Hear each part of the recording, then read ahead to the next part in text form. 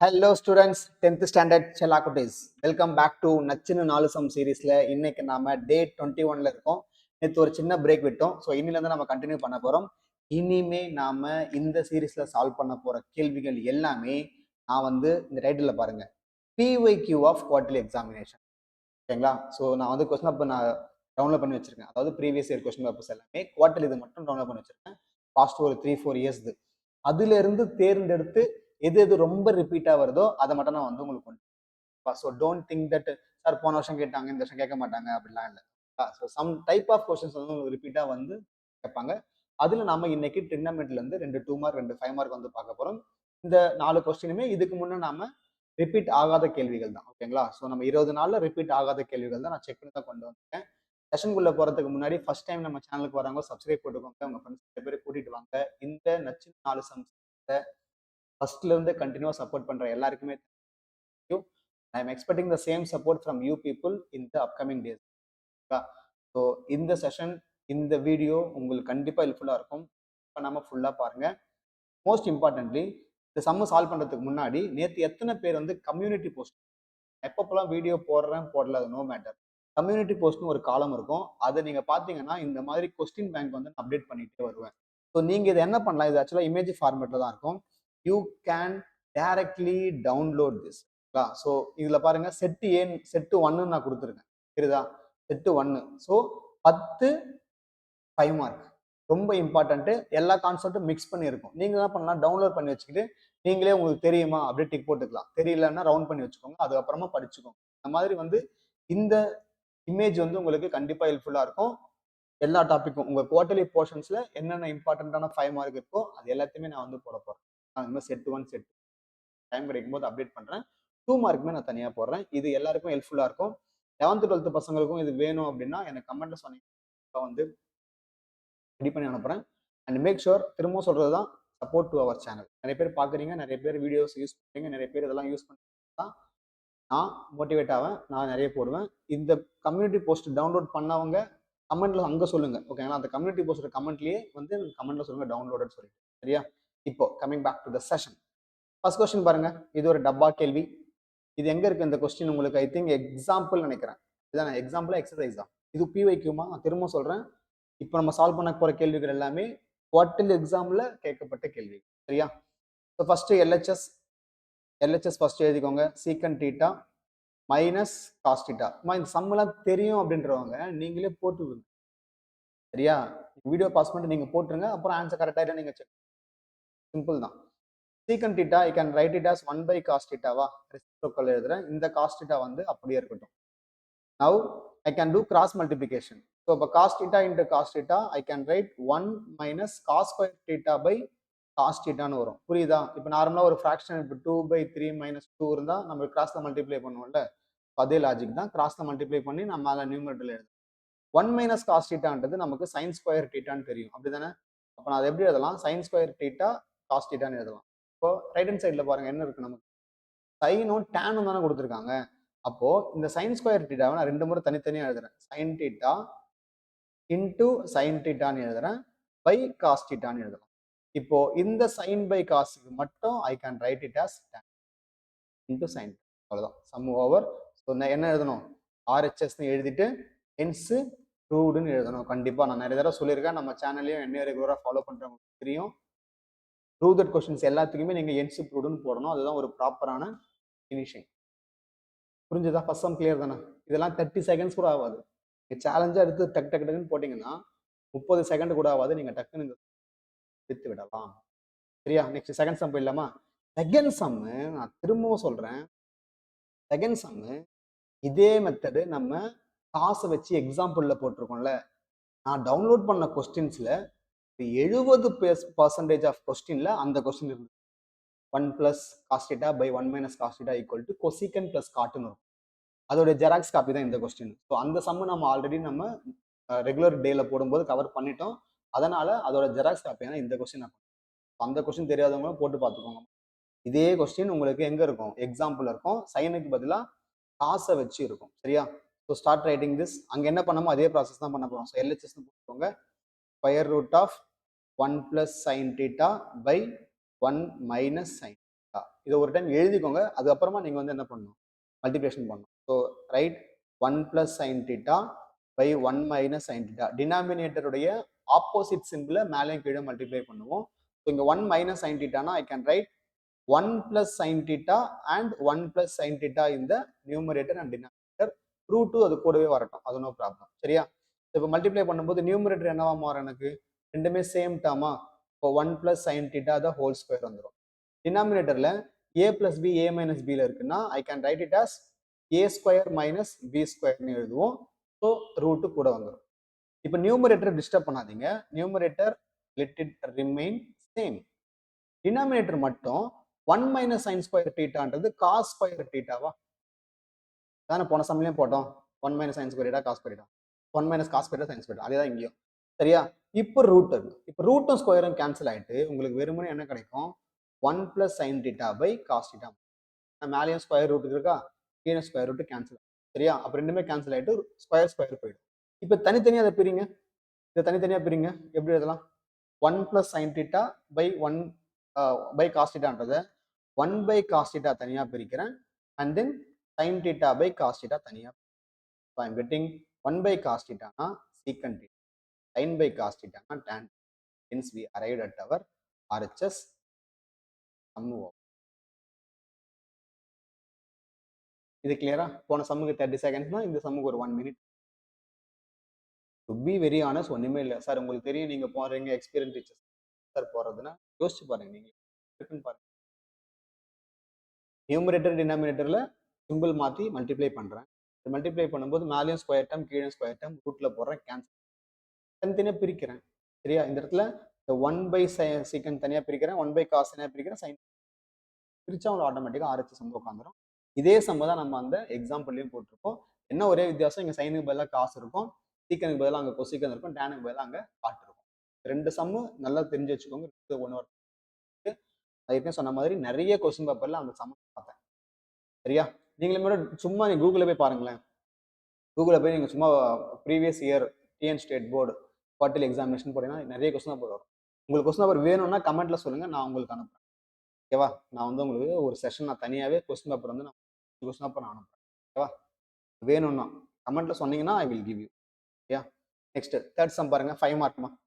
Third sum வந்து 5 mark question. இது 5 mark அளவுக்கு இது ஒர்த்தே கிடையாது. 5 மார்க் 5 மார்க். ஸ்டார்ட் பண்ணலாமா? தெரியும்னா நீங்க போட ஆரம்பிச்சிருங்க பார்ப்போம். சம்மு தெரிஞ்சவங்க போடுங்க. சரிங்களா? வெறுமனே என்ன போட விட்டு நீங்க வேடிக்கை பார்க்க கூடாது. இது டைரக்டா நீங்க சப்ஸ்டிட் பண்ணாலே ஆன்சர் சிம்பிளா வருமா உங்களுக்கு? சரியா? ஸோ கிவன் எழுதிக்கோங்க. Given m is equals to cos alpha by cos beta, n is equals to cos alpha by sin beta. சரியா? இப்போ கேள்வியில் இருக்கிற LHS எழுதி. LHS ஸோ என்ன கிடைக்கும்? m² + n² into cos square பீட்டான்னு இருக்கு. LHS மட்டும் நான் எழுதுறேன். இப்போ m ஸ்கொயர்ன்றது நான் m ஸ்கொயர் பண்ணணும், அப்படி தானே?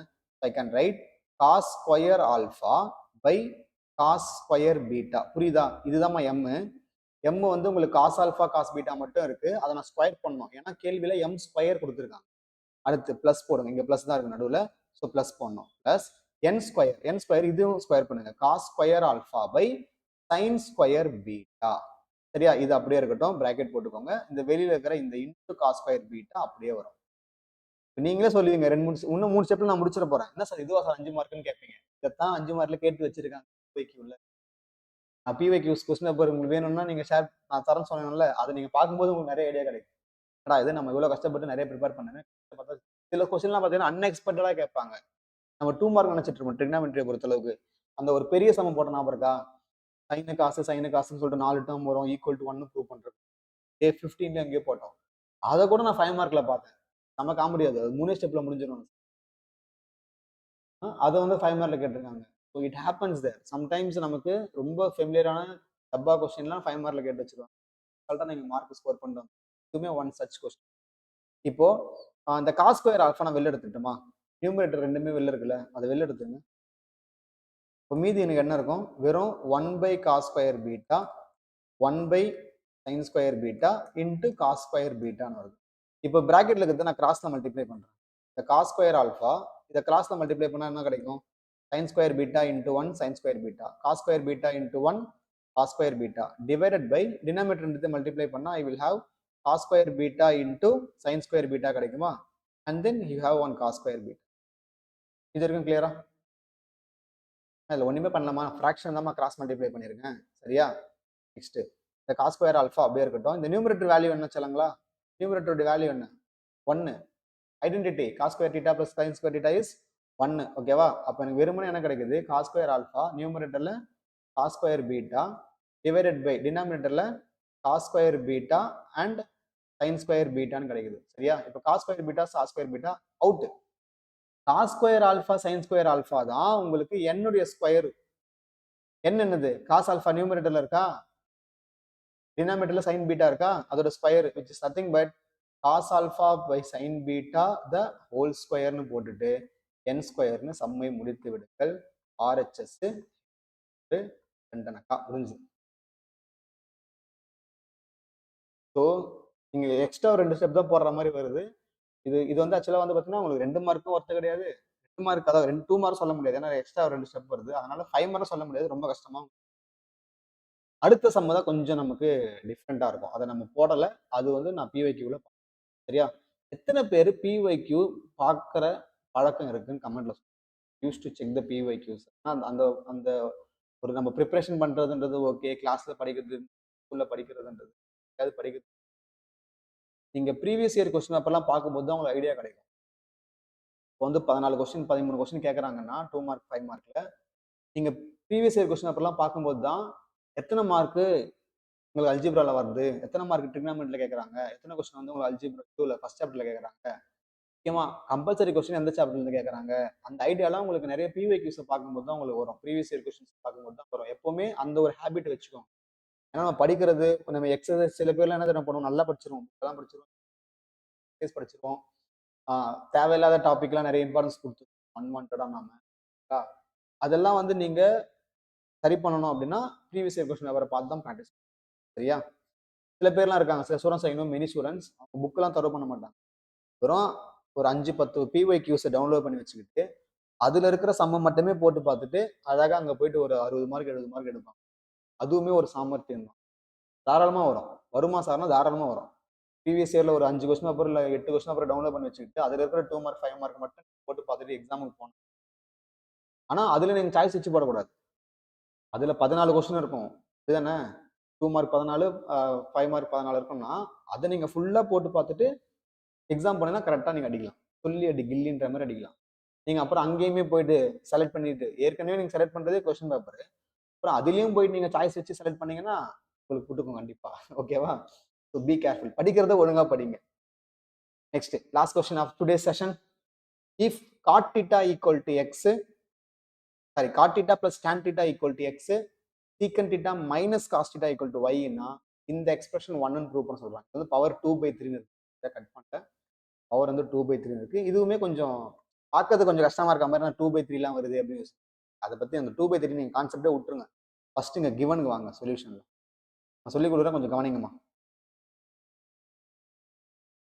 சம்டைம்ஸ் நான் சம்ம சால்வ் பண்ணிட்டே இருப்பேன், ரெக்கார்டே ஆகாது. இந்த காமெடி நிறைய தடவை நடந்திருக்கு. ரெக்கார்ட் ஆகுதா இல்லை? ஓகே, ஃபர்ஸ்ட் கிவன் எக்ஸ் வந்து நான் சால்வ் பண்ண போறேன். என்னத்தை நான் பண்ண போறேன்? சீக்கன் காஸ்ட்ல இருக்கா? இது ஆக்சுவலா நம்ம நிறைய மெத்தட்ல போடலாம், பட் ஸ்டில் ஓகே. அந்த காட் தீட்டாவை I can write it as 1/tan theta. இந்த பிளஸ் tan தீட்டா அப்படியே இருக்கட்டும். இப்போ இதை நான் கிராஸ்ல இங்க மல்டிப்ளை பண்ணா 1 plus tan into tan square தீட்டான்னு வரும் டிவைடட் பை tan தீட்டா. சரியா? இஸ் ஈக்குவல்ஸ் டு, இல்லைன்னா நான் இப்படியே சொல்லி கொடுக்குறேமா உங்களுக்கு. இந்த தலைவலி எதுக்கு? டீச் யூ இன் டேரக்டா சைன் பை காசா மாத்திக்கோங்க. அப்படியுமே போடலாம். காட்டுன்றது யாருமா? காஸ் பை சைனா. டேன்ன்றது யாருமா? சைன் பை காசா. இது ஈஸி உங்களுக்கு. இப்போ கிராஸ்ல மல்டிப்ளை பண்ணா cos into cos cos square theta sir, sine into sine sine square theta sir. Denominator multiply பண்ணீங்கன்னா சைன் தீட்டா காஸ் தீட்டா. நியூமரேட்டருடைய வேல்யூ நமக்கு 1. அப்போ எனக்கு எக்ஸ் உடைய வேல்யூ வெறும் 1/sin தீட்டா காஸ் தீட்டா. இது கிளியரா? கேள்வியே நான் சிம்பிளிஃபை பண்ணி வச்சுக்கிறேன். எக்ஸ் உடைய value 1/sin theta cos. Okay, இதே மாதிரி ஒய் ஏதாவது பண்ண முடியுமா பாருங்க. ஒய்யுமே you keep it on sine and cos. also given y is equals to secant theta minus cos theta. So இதையுமே மாத்தலாமா? secant theta ன்றது 1 by cos theta minus cos theta. So the crossல multiply பண்ணா I will get 1 by 1 minus cos into cos cos square theta வரும் by cos theta கிடைக்குமா? 1 minus cos square theta ன்றது நமக்கு sin square theta ன்னு தெரியும். So sin square theta by cos theta. இது clear.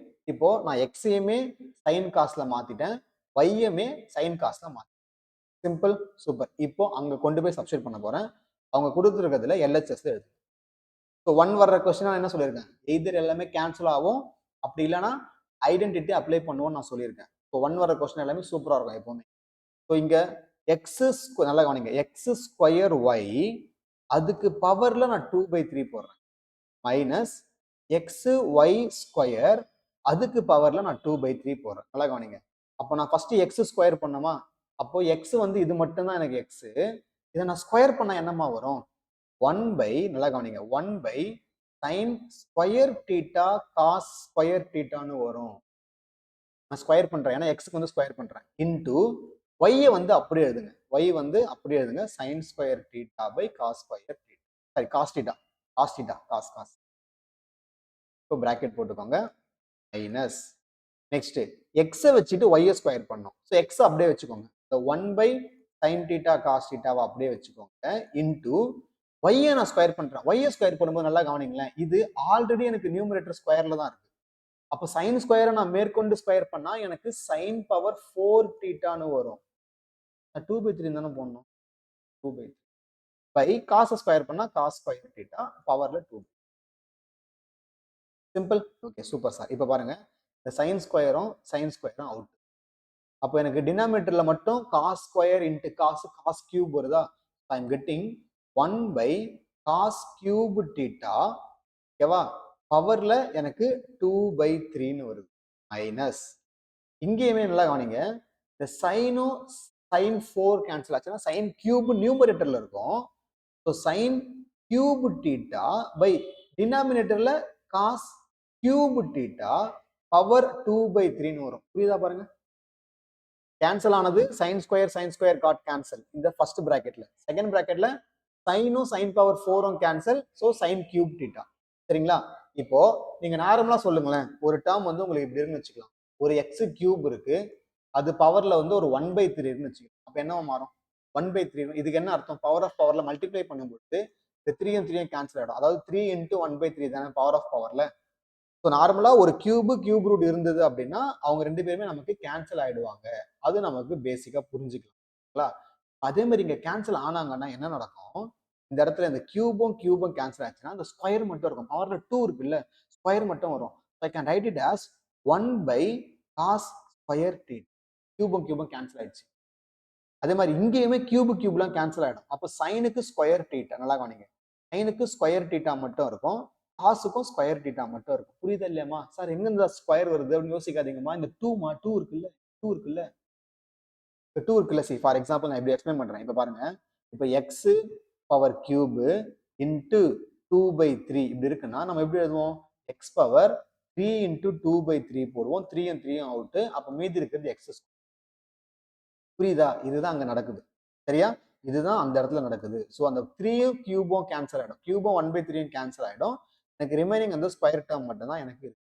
சரியா, இப்போ டினாமினேட்டர் சேம் தானே, அப்போ டைரக்டா நான் வந்து நியூமரேட்டரை கம்பைன் பண்ணா 1 by sin square theta by cos square theta, 1 by sin square தீட்டான்றது cos square theta by cos square theta, cancel ஆனா 1 என்ன ஆர்ஹெச்எஸ் வந்தாச்சு. இதோட இந்த சம் டக்கு டக்குன்னு போட்டீங்க, யோசிங்களேன், டினாமினேட்டர் சேமா இருக்கு, கம்பைன் பண்ணுங்க நியூமரேட்டர்.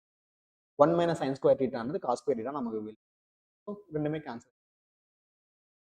ஸோ 1 வர்ற கேள்விகள் எல்லாமே ரொம்ப முக்கியம். இது வந்து நீங்க ரொம்ப கொஞ்சம் இம்பார்ட்டன்ஸ் கொடுத்து போடுங்க, ஓகேவா. சொல்லிட்டேன், டிக்னாமெட்ரி பொறுத்த அளவுக்கு நிறைய பேர் இப்போதைக்கு என்ன மைண்ட் செட்ல இருப்பீங்கன்னா, டிக்னாமெட்ரியில வந்து நம்ம இப்போ டச் பண்ண லேர்னிங் ஃபர்ஸ்ட் 5 சாப்டர்ஸ் மட்டும், டிக்னாமெட்ரி வந்து குவார்டர்லி அப்புறம் கூட படிச்சுக்கலாம் நினைப்பீங்க.